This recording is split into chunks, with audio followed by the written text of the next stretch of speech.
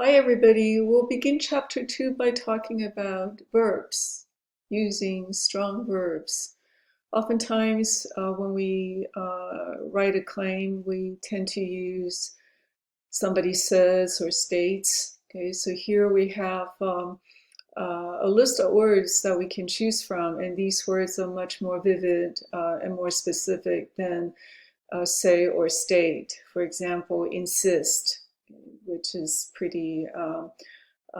which has a stronger tone, or observe, which is quieter.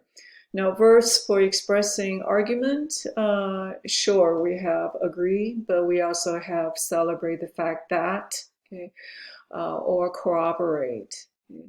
Next, verbs for questioning or disagreeing, well, we have complain, we have refute, we have renounce, repudiate, okay. Um, and then finally, verbs for making recommendations. Usually, some of these verbs they do a double duty. They can also be used to make a claim. For example, advocate. And we'll come back to this word in a later slide. Other verbs for making recommendations are exhort, okay, or a milder term, encourage. All right, so let's go to the chapter title. Her point is the art of summarizing, and um, the PowerPoint slides come from They Say I Say, 5th edition. So the art of summarizing. The art of summarizing is really a way of thinking about writing summaries. So there are actually three elements of mindset to get into when writing a summary. The first is to suspend or delay your belief or disbelief, right? You want to be fair and true to the writer. So you want to play the believing game, as Peter Elbow calls it. The second mindset to get into is you want to suspend your preconceived notions on the topic, particularly you already, particularly when you are familiar with it and have your own formed opinion on it. So chances are you may write your opinion into the summary instead of the writers. And I've seen this in students' papers, and this is called the closest cliche syndrome. The last one is actually the most important one. That is, a good summary not only um,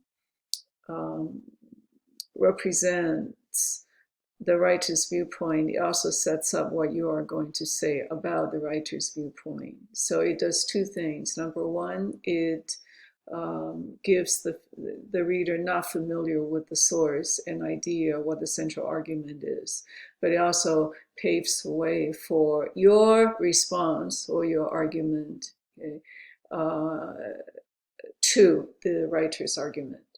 All right, so what then should a good summary not be?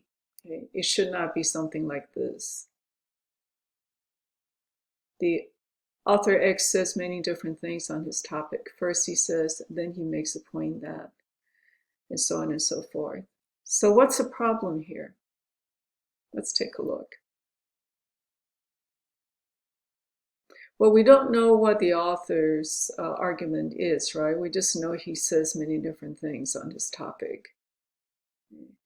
Um, and we also don't know what the students, if the summary is fleshed out, um, we don't know either, what the student's response to the author's implied argument is. So this kind of summary is pretty mechanical, and it's also tedious to read. It's something that you want to avoid in your revisions. Next thing I want to talk about is a signal phrase. So what is a signal phrase? Well, if you look at the word signal, you see the word sign, right? So conjure up a road sign, okay? And the road sign says, well, what follows is not my view, but someone else's. Okay? In other words, they say. So the example here is bolded. Authors X and Y advocate, See the verb advocate? It can be used to make a claim or a recommendation. So authors X and Y advocate a radical revision of the juvenile justice system. Now, this in itself, it's a summary sentence. Of course, for a reader not familiar with the source, the writer would give some explanation on how or why they advocate a radical revision of the juvenile system. And then toward the end, the student writer will pivot to her response to this idea advocated by authors X and Y. Okay, that's about it. And I'll see you next time. Bye-bye.